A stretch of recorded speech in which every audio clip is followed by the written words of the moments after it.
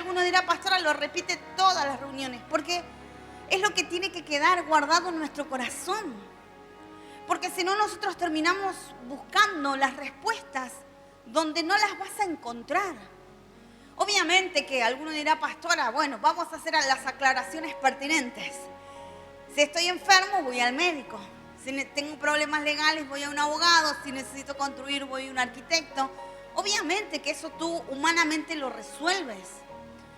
Porque para eso hay personas especializadas, profesionales, que han estudiado para desarrollar la tarea. Pero luego nosotros creemos que de la misma manera vamos a ir a solucionar problemas del corazón, problemas de la mente, problemas familiares, problemas en el corazón. Entonces ahí es donde comenzamos a cometer los errores. Uno dice, bueno, si el arquitecto me pudo solucionar tal tema, bueno, debe ser exactamente lo mismo, ¿no? Porque cada persona y cada situación tiene que resolverse de la manera correcta. Y ahí es donde nosotros nos enfocamos, porque las personas que tienen adicciones van a los lugares donde muchos se han recuperado, pero muchos otros no. Y por más de que la familia les insiste, la familia les lleva y tratan de sacarlo de los vicios, la gente no puede salir por voluntad propia, porque su voluntad está cautiva. Y así con el pecado. Tú puedes resolver tus problemas con algún profesional, claro que sí, pero el pecado, ¿con quién lo vas a solucionar? ¿A quién le vas a pedir ayuda para poder dejar el pecado, poder dejar los malos pensamientos, poder dejar las malas actitudes, poder dejar todas las dificultades y todos los pecados que se nos presentan día a día? Y hay personas que dicen, bueno, pastora, ya salí y es una bendición, pero hay otras que no pueden salir. Hay personas que no pueden salir de todo tipo de pecados sexuales, personas que no pueden salir de los pecados del corazón, de la mente, del odio, la bronca. ¿Cómo tú vas a ir a quién vas a ir a pedirle que sane tu corazón? Que se lleve tus cargas, tus aflicciones, tu odio, tu bronca, tu dolor, tu tristeza, tu amargura, los recuerdos que te persiguen, la culpa que no te deja dormir por las noches, los errores que has cometido y que luego no sabes cómo salir, cómo remendarlos. Bueno, ahí es donde nosotros nos enfocamos. Ahí es donde tú tienes que saber de que no puedes tratar de encontrar esa solución en el mundo, porque no la vas a encontrar. Alguno dirá, pastora, ¿y el psicólogo? Y bueno, tú puedes ir a charlar con el psicólogo, pero el psicólogo no te va a perdonar de pecados. El psicólogo no va a poder sanar tu corazón. El psicólogo no va a poder hacer que tú vuelvas a ser una nueva criatura, con todo lo que eso conlleva. Porque alguno dice, bueno, pastora, bueno, pero el hecho de que Dios nos dé la oportunidad a nosotros de ser nuevas criaturas es maravilloso. ¿Por qué? Dirá alguno. Y porque entonces todo nuestro vestigio y todo nuestro pasado queda atrás. Y somos una nueva persona, somos una nueva criatura. Y entonces podemos caminar de una manera distinta. El psicólogo no puede hacer eso, no te puede transformar en una nueva criatura, no te puede transformar, no puede quitarte tu pasado. Entonces alguno dirá, bueno, pastor, ¿y qué hacemos? Bueno, para eso estamos aquí, para eso estamos en la casa del Señor, para eso estamos en su presencia. Porque como sabemos que el psicólogo puede simplemente quizás ayudarnos a ver algunas cosas, pero uno dice, bueno, yo me doy cuenta que tengo que cambiar.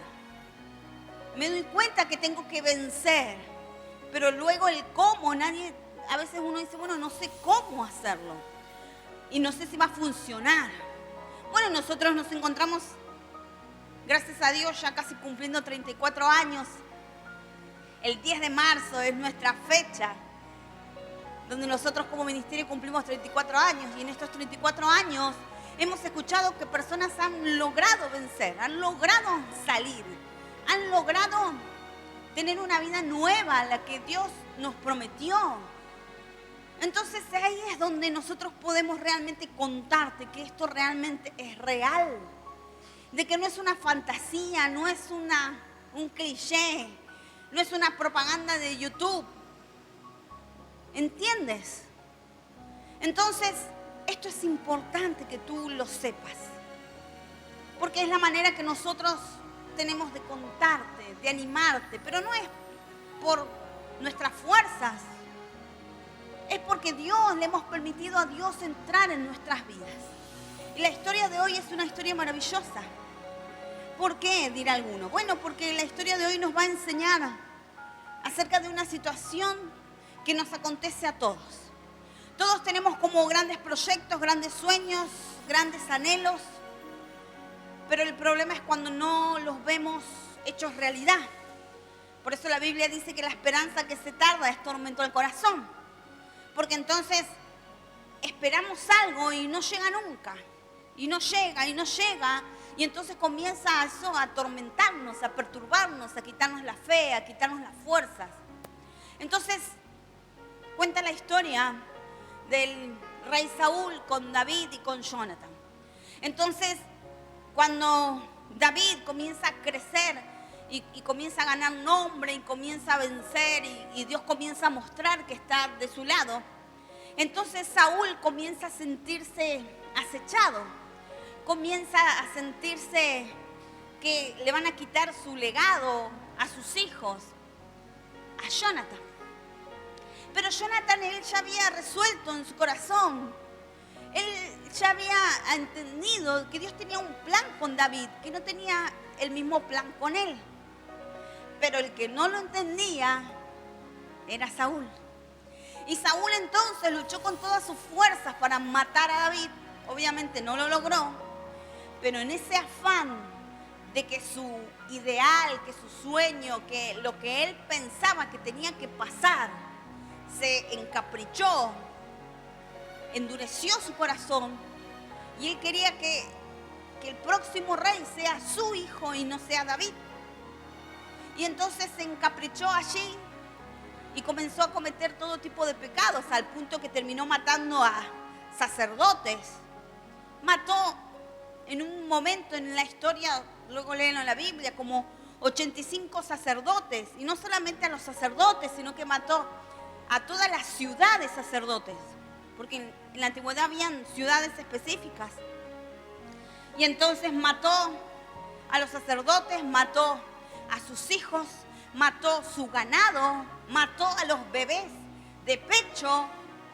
Hizo una crueldad, una matanza increíble. Y uno dice, pastora, ¿cómo puede en teoría un hombre de Dios cometer tal aberración? Bueno, porque él se empecinó en su corazón que esto era lo que tenía que acontecer y él quería torcer la mano al Señor.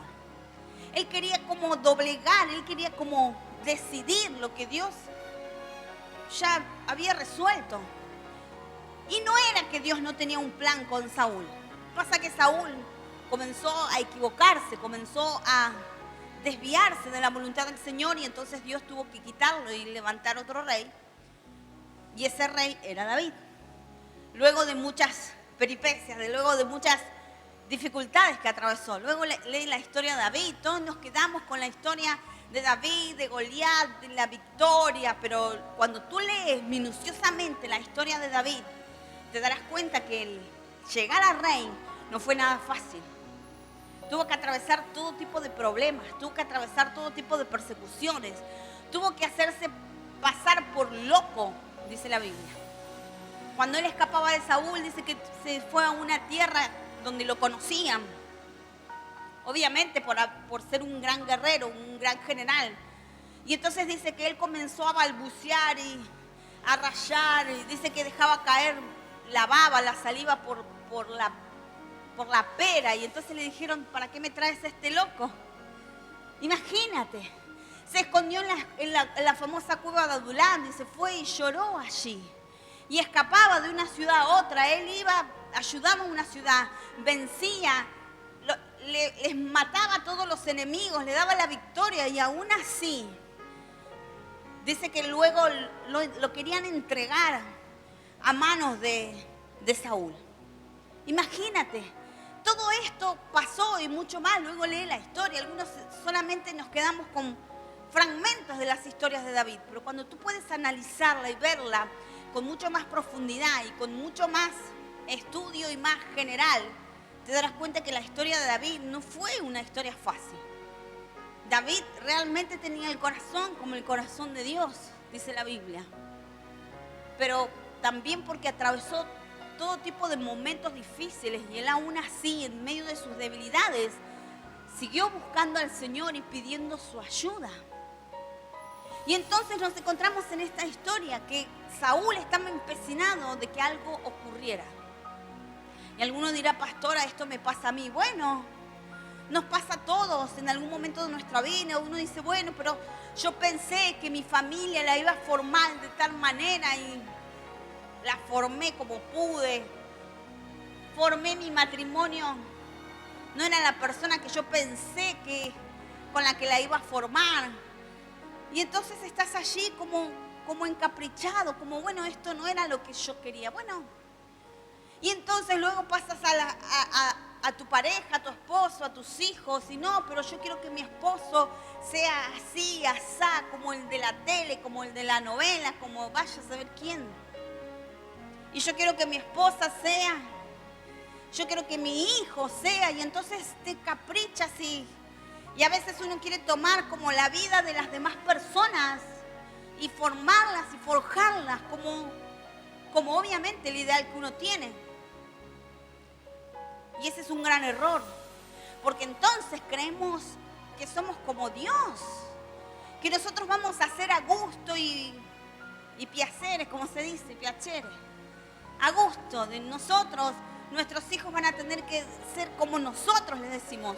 Nuestro esposo tiene que ser como yo le digo, o mi esposa tiene que ser como yo le digo, y las cosas en esta casa se hacen como yo digo. Y es una realidad, obviamente, que tiene que haber un orden. Porque sin orden las cosas no funcionan. Tiene que haber un orden dentro de la casa, tiene que haber un orden en la familia, en el hogar, en las finanzas, en la economía. Pero luego de ahí a empecinarnos de que todo no puede salirse de la raya como yo lo planteo. Eso es un gran problema. Y tienes que saber de que si tú sigues en ese camino, se te avecina la perdición. Se te avecina el caos. Porque vivimos en una sociedad y la palabra sociedad significa que somos personas que sociabilizamos, que estamos con otras personas. Y tenemos que llegar a acuerdos y tenemos que aprender a entablar relaciones y a poder trabajar con otras personas, a poder realizar proyectos con otras personas distintas a nosotros, con otra manera de pensar, con otra manera de actuar, con otra manera de medir las cosas, con otra manera. Porque si tú vives, si tú crees que el mundo y la sociedad va a ser como tú lo tienes pensado en tu cabeza, vas a sufrir mucho. Porque entonces eso les pasa a todos los jóvenes idealistas que dicen, no, yo cuando sea grande voy a hacer esto, voy a hacer aquello, y cuando tenga tanta edad yo ya voy a haber logrado, y ojalá, ¿no? Pero luego te das cuenta y a veces uno los mira y uno dice, bueno, Dios quiera. Pero los que ya somos adultos ya sabemos todo lo que cuesta.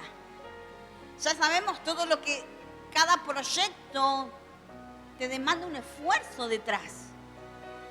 Una carrera, una trayectoria. Te demanda un esfuerzo. No es que tú de un día para el otro eres...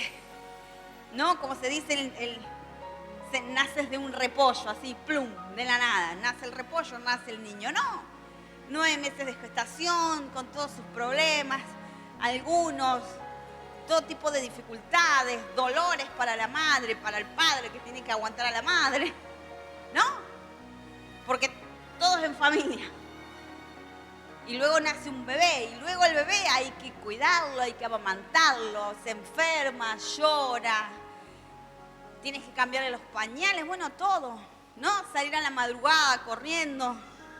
Y uno dice, pastora, claro, después los chicos son grandes y dice, me formé solo. Yo a veces, uno se ríe.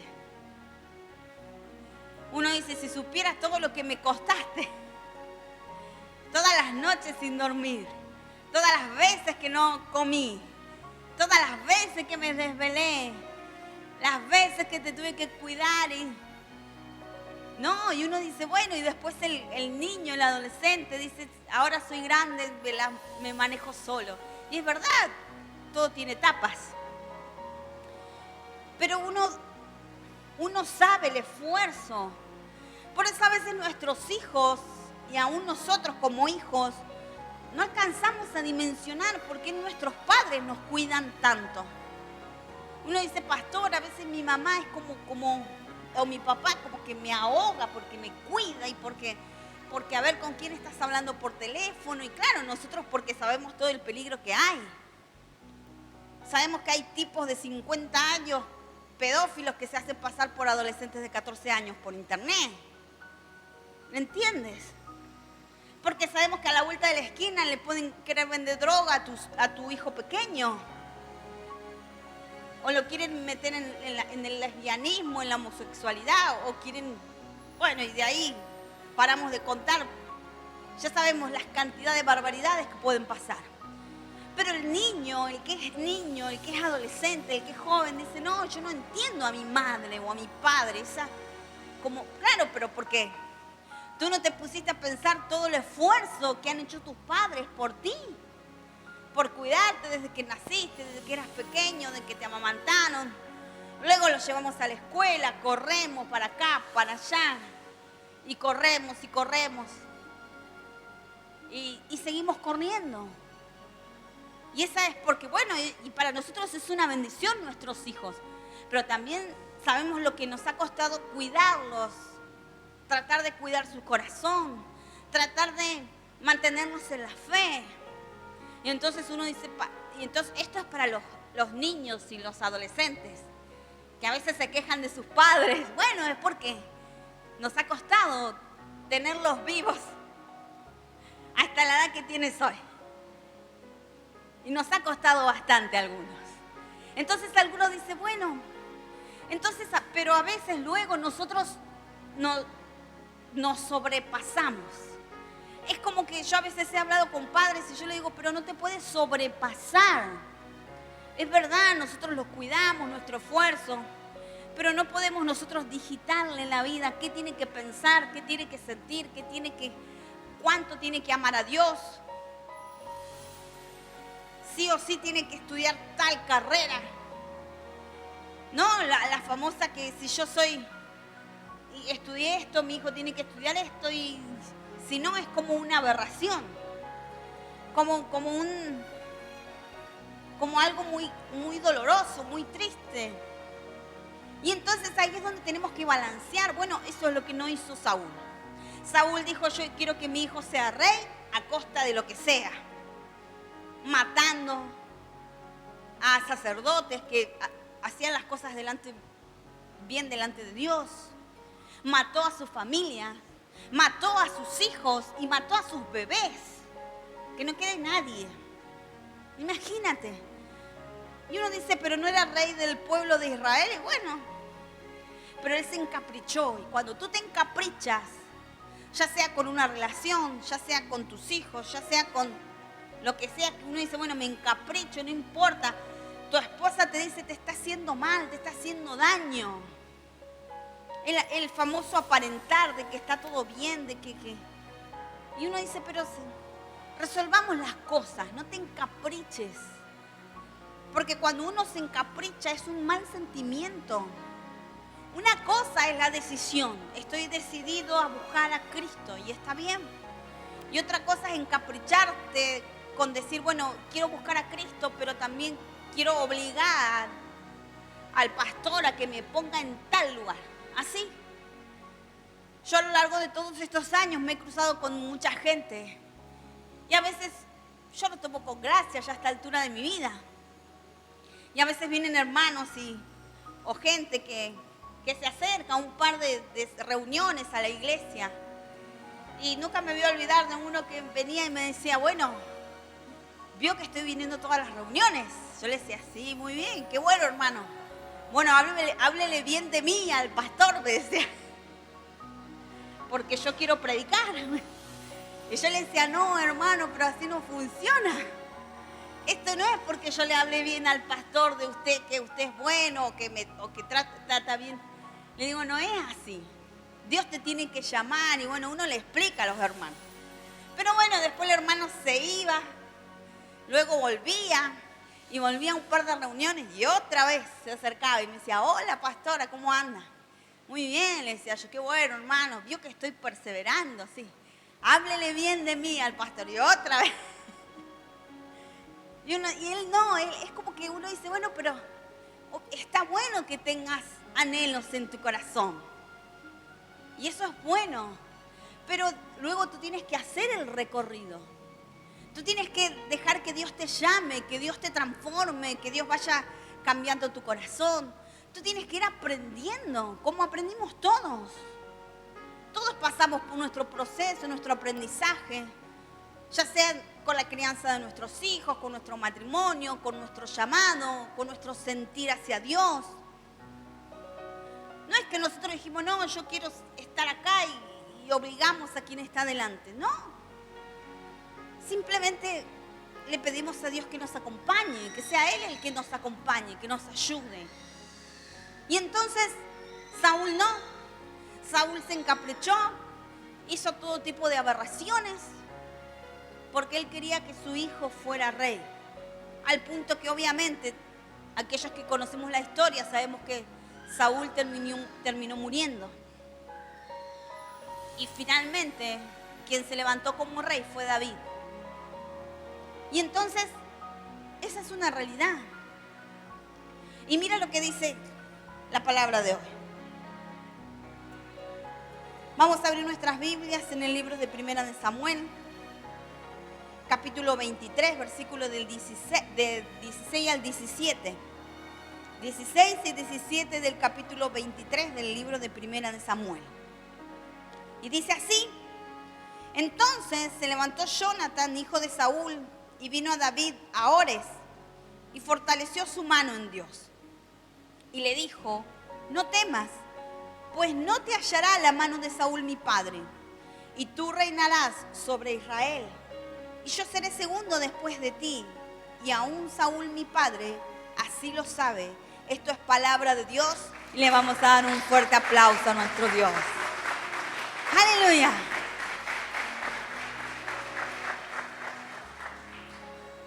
Jonatán entendió claramente que David tenía un llamado que él no tenía, pero que él estaba dispuesto a acompañar a David. Él dijo: yo voy a ser el segundo después de ti. Yo voy a estar ahí acompañándote, fortaleciéndote tus brazos. Y obviamente que no pasó, pero luego podría haber Dios elegido a Jonatán por su buen corazón. Obviamente que la historia fue otra, pero lo que tú tienes que entender es que tú tienes que darte cuenta que hay cosas a las que puedes alcanzar, otras que las vas a alcanzar, pero quizás no hoy, quizás con un poco más de esfuerzo, con un poco más de trabajo. Vas a alcanzar esa buena relación con tu familia, con tus hijos, con tu pareja. Vas a ver a tus hijos en la casa del Señor. Vas a ver a tus nietos aquí en la casa del Señor, a tu pareja, a tu esposo, a tus hijos, a tus padres. Pero no es cuando tú quieres, no es el capricho. Porque luego empiezas a cometer errores. Así, yo conocí muchas personas que a veces yo le decía: no es la manera. Y entonces él iba a la familia y le decía: no, porque si ustedes no se arrepienten, son unos pecadores. Y bueno, le tiraba todas las maldiciones. Y yo le digo: pero así tu familia no va a querer llegar nunca a Dios. Claro, porque él primero le hablaba bonito y le hablaba todas las bondades de Dios. Pero cuando su familia no cambiaba o cuando su familia no venía a la casa del Señor, entonces ahí comenzaba con el garrote. Y ahí comenzaba a tirarle todas las maldiciones habidas y por haber en la Biblia. Todo lo malo que encontraba. Y yo le digo: pero eso es porque tú te encaprichaste de que tú quieres que ahora venga tu esposa. Ahora quieres que venga tu marido. Ahora quieres que vengan tus hijos. Ahora quieres tener a tus nietos. Ahora quieres las cosas ya, como sea. Y entonces cuando tú te encaprichas comienzas a cometer errores. Por eso la gente peca. Porque dice, yo quiero ser rico, y entonces comienza a estafar, a mentir, a robar. Porque no importa la manera, no importa el cómo lo hago, voy a llegar igual. No es así. Voy a llegar. Yo conozco personas que dicen, voy a ser una persona exitosa en la vida. ¿A costa de qué? De tus hijos, de tu esposa, de tu marido. A costa de tu propia familia. Y ahí es donde tú tienes que entender que la Biblia nos enseña claramente que podemos hacer tanto una cosa como la otra. Dios es compatible con todo. Dios es compatible con la familia, Dios es compatible con el trabajo, Dios es compatible con todo lo bueno, obviamente, ¿no? Pero tienes que aprender a equilibrar. Porque cuando te encaprichas, hay personas que dicen, bueno, como no me levantaron a mí acá de pastor, se van a otra iglesia y luego los ve y ahora le dicen pastor. ¿A costa de qué? ¿De su salvación? ¿De su fe? ¿De su propia familia? ¿Entiendes? ¿Entiendes cómo luego comienzan las personas que se encaprinchan con algo y lo quieren ya a costa de lo que sea?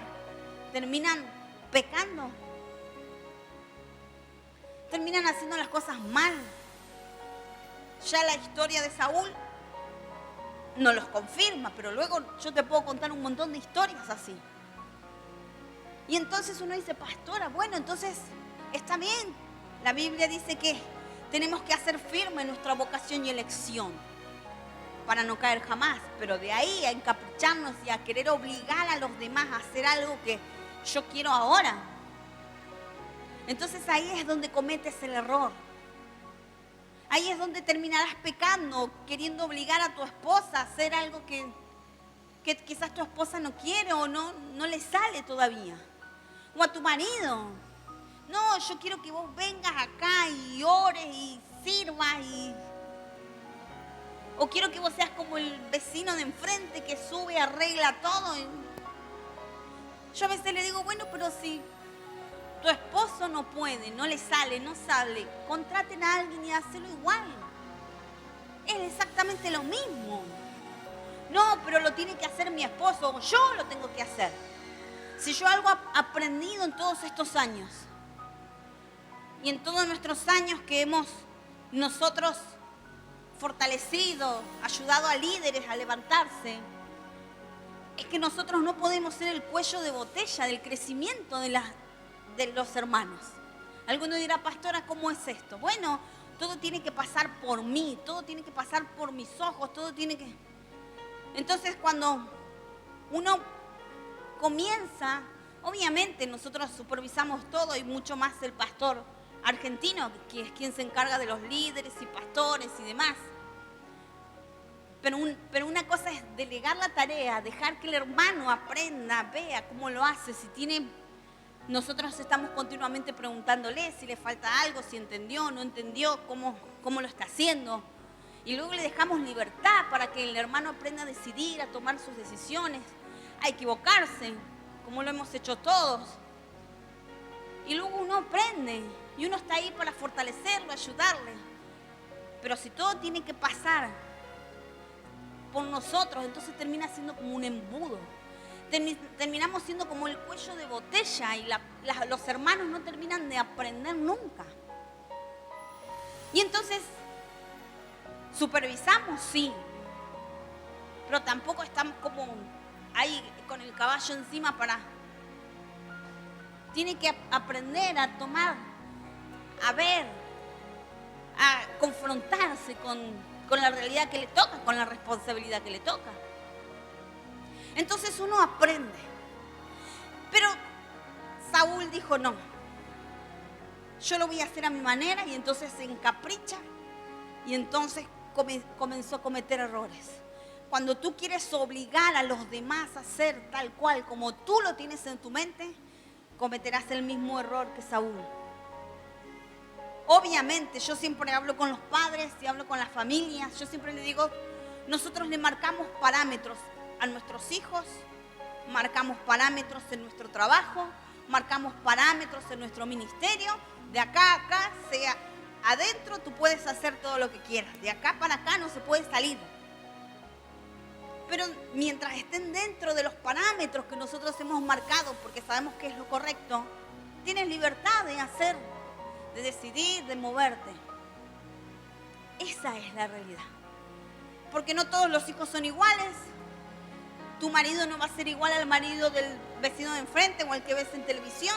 Ni nosotras como esposas somos iguales a las otras esposas de cualquier persona en el mundo.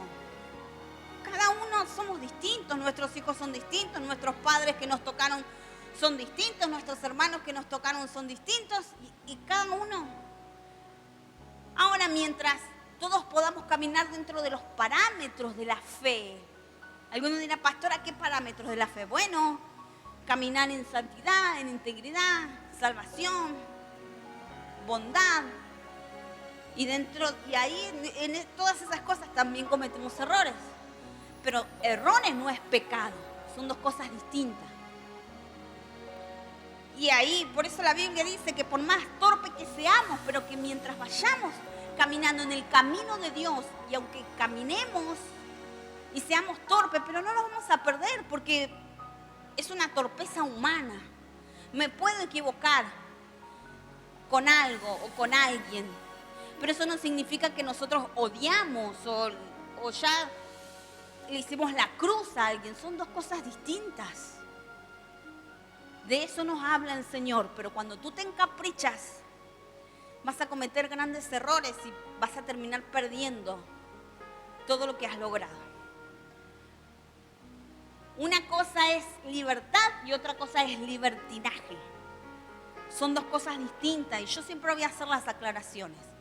Alguno dirá, pastora, el libertinaje es hacer cualquier tipo de pecado y hacer cualquier tipo de cosas que no le agradan al Señor. Otra cosa es libertad, es decir, bueno, Señor, esto lo puedo hacer, esto decido hacerlo, decido fortalecerme, decido servirte un poco más, un poco menos. Esa es la libertad que nos da Dios. Eso lo decides tú.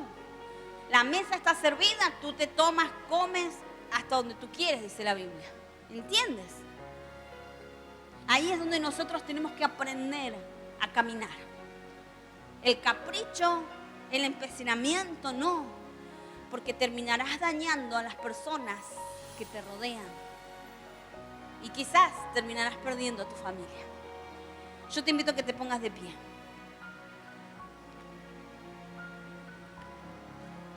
Por eso la palabra de hoy dice así. Entonces se levantó Jonatán, hijo de Saúl, vino a David a Ores y fortaleció su mano en Dios. Y le dijo, no temas, pues no te hallará la mano de Saúl mi padre, y tú reinarás sobre Israel.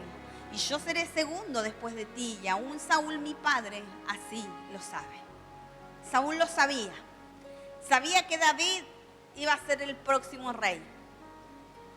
Pero a toda costa y hasta el último segundo de su vida se empecinó de que no fuera así. Y terminó perdiendo todo lo que tenía.